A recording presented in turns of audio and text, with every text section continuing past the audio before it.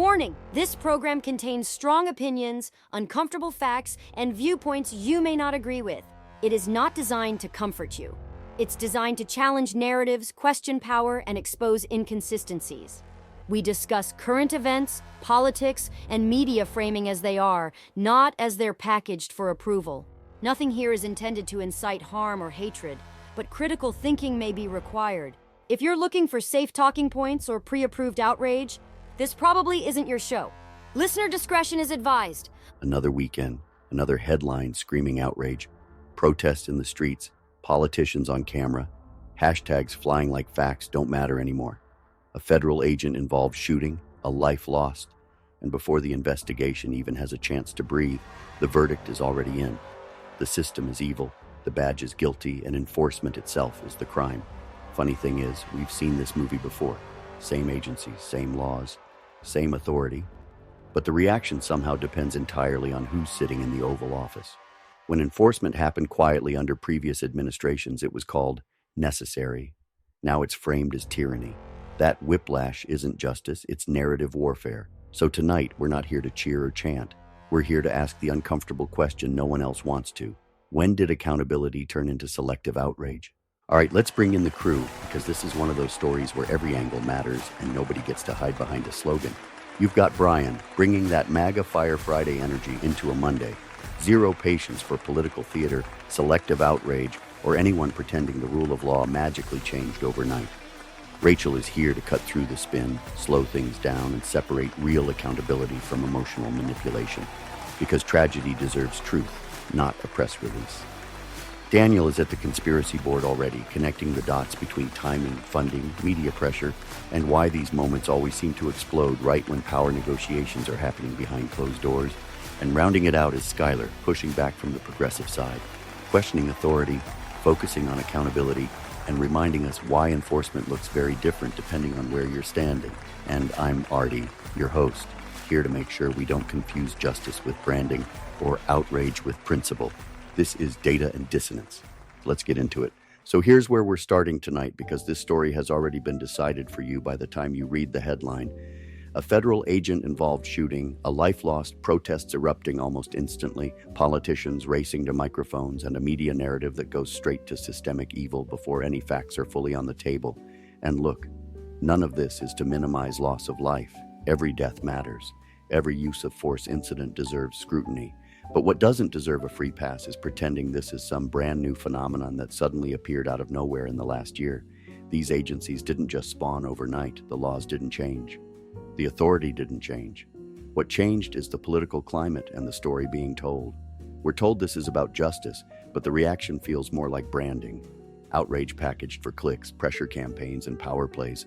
So the real question isn't just what happened, it's why this reaction, why now, and why always the same script. Brian, let me start with you. When you see the protests, the instant verdicts, and the calls to abolish enforcement entirely, what stands out to you the most about how this story is being framed? What jumps out to me immediately is how predictable this whole thing has become. It's like the second the words federal agent hit the headline, the script is already printed, stapled, and handed out to the media, activists, and half of Congress. No facts, no timeline, no waiting for body cam or investigation, just instant villain casting. And here's the part that drives me nuts. We're talking about agencies enforcing the same laws that were enforced for decades, under presidents the left loved. When Obama deported millions, it was compassionate enforcement. When Trump does it, suddenly it's fascism with a badge. Same badge, same authority, same job. Different outrage. And the calls to abolish ICE after every incident aren't about justice, they're about emotion farming. It's grief weaponized into policy demands, and if you question it, you're painted as heartless. I'm sorry, but a country without enforcement isn't compassionate, it's chaotic. You don't fix tragedy by burning down the rule of law, and you don't get accountability by letting mobs decide guilt on Twitter before investigators even clock in. This isn't about protecting communities. It's about punishing institutions the left currently hates because they don't control the executive branch. Look, when there were illegal immigrants raping and killing Americans, the Democrats were silent. Laken Riley, A 22-year-old nursing student murdered in February 2024 while running in Athens, Georgia. The suspect was an illegal immigrant from Venezuela. Jocelyn Nungare, a 12-year-old, kidnapped, sexually assaulted, and strangled to death in Houston in June 2024 by 2 illegal immigrants from Venezuela. And that's just 2 out of the hundreds of cases involving illegal immigrants. And Artie, let's be honest, if this exact incident happened 5 or 10 years ago under a Democrat, we wouldn't even be talking about abolishing anything. We'd be hearing about complex situations, split-second decisions, and respecting the process. That tells you everything you need to know. Yeah, and that's the part that sticks in my throat too, because what Brian just laid out isn't cynicism, it's pattern recognition. I've watched this long enough to know when a story is being examined and when it's being processed. This isn't, let's get the facts. This is, how fast can we assign moral positions and monetize the outrage? And the whiplash is real. Same agencies that were once praised for doing the hard work suddenly become cartoon villains the moment political power shifts. That doesn't mean agents get a blank check. Nobody here is arguing that. But it does mean the standard can't change depending on who signs the paycheck at the top. Accountability without consistency isn't justice. It's revenge theater. Rachel, let me bring you in here because you tend to live in that uncomfortable middle space. When you hear Brian say this isn't about accountability but about weaponized emotion, where do you draw the line between legitimate scrutiny after a tragedy and the kind of narrative manipulation we're seeing play out in real time? I think the line gets crossed the moment emotion replaces curiosity. Grief is human. Anger is understandable. But when those emotions are immediately redirected into demands for sweeping policy changes before we even know what happened, that's no longer accountability. That's storytelling with an agenda. Brian's right about the pattern. And what bothers me most is how quickly nuance gets labeled as betrayal. You're either on the right side, emotionally, or you're accused of defending something indefensible. But real scrutiny actually requires patience. It means asking hard questions after the facts are known, not using a tragedy as proof of a pre-existing belief. And the media plays a massive role here, because fear and outrage move faster than restraint, and restraint doesn't trend. Where I push back slightly is this. We also can't ignore that trust in institutions is already fractured, especially in certain communities. So when something like this happens, people aren't reacting in a vacuum. They're reacting through years of accumulated distrust, whether that distrust is fair or not. But here's the uncomfortable truth. You don't rebuild trust by changing the rules every election cycle. If enforcement is legal and justified one year, it doesn't become immoral the next just because voters swapped parties. Accountability has to be consistent, transparent, and boring. And that's exactly why it's not being offered. What we're seeing instead is outrage packaged as virtue, where the loudest reaction gets rewarded and the quiet, fact-based voices get drowned out. And that should worry everyone, regardless of where they land politically.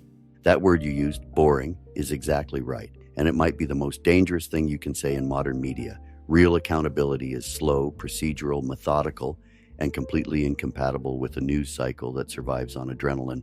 And I think you nailed something important there. Distrust didn't come out of nowhere. It's been cultivated, amplified, and in some cases outright sold. But instead of repairing that trust with transparency and consistency, we've created this system where whoever screams the loudest gets to define reality first. And once that happens, facts don't correct the story. They just get filtered through it. That's how you end up with tragedy being used less as a moment of reflection and more as leverage. Daniel, let me bring you in here, because this is where your radar usually starts lighting up. Rachel talked about emotion replacing curiosity and timing driving the narrative. When you zoom out and look at when these protests explode and what else is happening politically at the same time, what do you see connecting the dots behind the scenes? All right, so here's where I start circling things in red marker, because none of this is random. It never is. When Rachel talks about emotion replacing curiosity, that's not an accident. That's a feature. These moments always detonate at very convenient times. You'll notice the protests don't just happen after a tragedy. They escalate right when budget negotiations, oversight hearings, or enforcement-related funding decisions are on the table. That's not coincidence, that's leverage. Chaos creates urgency. Urgency creates pressure. and pressure forces concessions before anyone can slow the conversation down and ask inconvenient questions. And look at who benefits. Media gets clicks. Activist groups get donations. Politicians get a moral cudgel they can swing without ever proposing a workable alternative. Meanwhile, the actual facts of the case get buried under slogans and candlelight vigils that somehow always turn into policy demands. I'm not saying people aren't genuinely upset. They are, but that emotion is being channeled, redirected, and sharpened into something useful for people who already wanted these agencies weakened or defunded. If this were truly about justice, we'd see the same energy applied consistently across administrations, across agencies, across incidents. But we don't, because consistency doesn't move money or power. Timing does. And once you see that pattern, you can't unsee it. That's the part people don't like hearing, but it's hard to argue with once you've watched it repeat enough times. When outrage spikes perfectly alongside funding fights and legislative pressure points, it stops feeling spontaneous and starts feeling curated. And that doesn't mean people aren't genuinely hurting or angry. It means those emotions are being steered. The tragedy becomes the match, but the fuel was already laid out long before the spark. And the end result is always the same: less clarity, more chaos, and decisions being forced under emotional duress instead of factual understanding. That's not how you get justice. That's how you get bad policy that feels good for about 5 minutes. Skylar, let me bring you in here because you're going to see this very differently. When you hear Brian and Daniel argue that enforcement hasn't changed, but the narrative has, and Rachel talk about distrust being amplified instead of repaired, how do you respond to the idea that protests and backlash aren't manipulation, but a reaction to real fear and power imbalance? I don't think it's manipulation to say fear is real, and I think dismissing that fear outright is part of why these moments keep exploding. From where a lot of people stand, enforcement doesn't feel abstract or procedural. It feels personal and immediate. When federal agents are involved in a fatal shooting, the concern isn't just this one incident. It's what it represents to communities that already feel over-policed and underprotected. So when protests happen quickly, that's not always strategy. Sometimes it's trauma responding to a system that people don't believe will hold itself accountable without public pressure. Now, where I'll agree with some of what's been said is this: outrage can absolutely get hijacked. Media simplifies everything into heroes and villains because complexity doesn't hold attention. Activist groups can push narratives that skip important facts, but that doesn't mean the anger is fake. It means the system hasn't earned trust. And trust isn't rebuilt by saying, wait for the investigation, when past investigations often led to nothing meaningful changing. If enforcement wants legitimacy, transparency can't just be promised. It has to be demonstrated consistently. People aren't calling for abolition because it's trendy. They're doing it because they don't see accountability as attainable through existing channels. That doesn't mean abolishing agencies is the right answer, but it does mean ignoring the fear behind the reaction guarantees the cycle continues. Yeah. And I think Skylar just landed on the most uncomfortable truth of the night. Fear doesn't have to be orchestrated to be exploitable. Two things can be true at the same time. People can be genuinely scared, and that fear can be amplified, redirected, and weaponized by people with money, microphones, and motives. Where I keep drawing the line is this: fear explains reactions, but it does not automatically justify dismantling institutions without evidence. Accountability has to exist, transparency has to exist, and scrutiny is absolutely necessary. But once we skip process and go straight to verdict, once enforcement itself becomes the villain instead of the incident being examined, we stop talking about justice and start talking about power. What worries me most is how disposable consistency has become. If enforcement is moral one administration and immoral the next, not because laws changed, not because authority changed, but because leadership did, then we're not arguing ethics anymore. We're arguing tribal loyalty.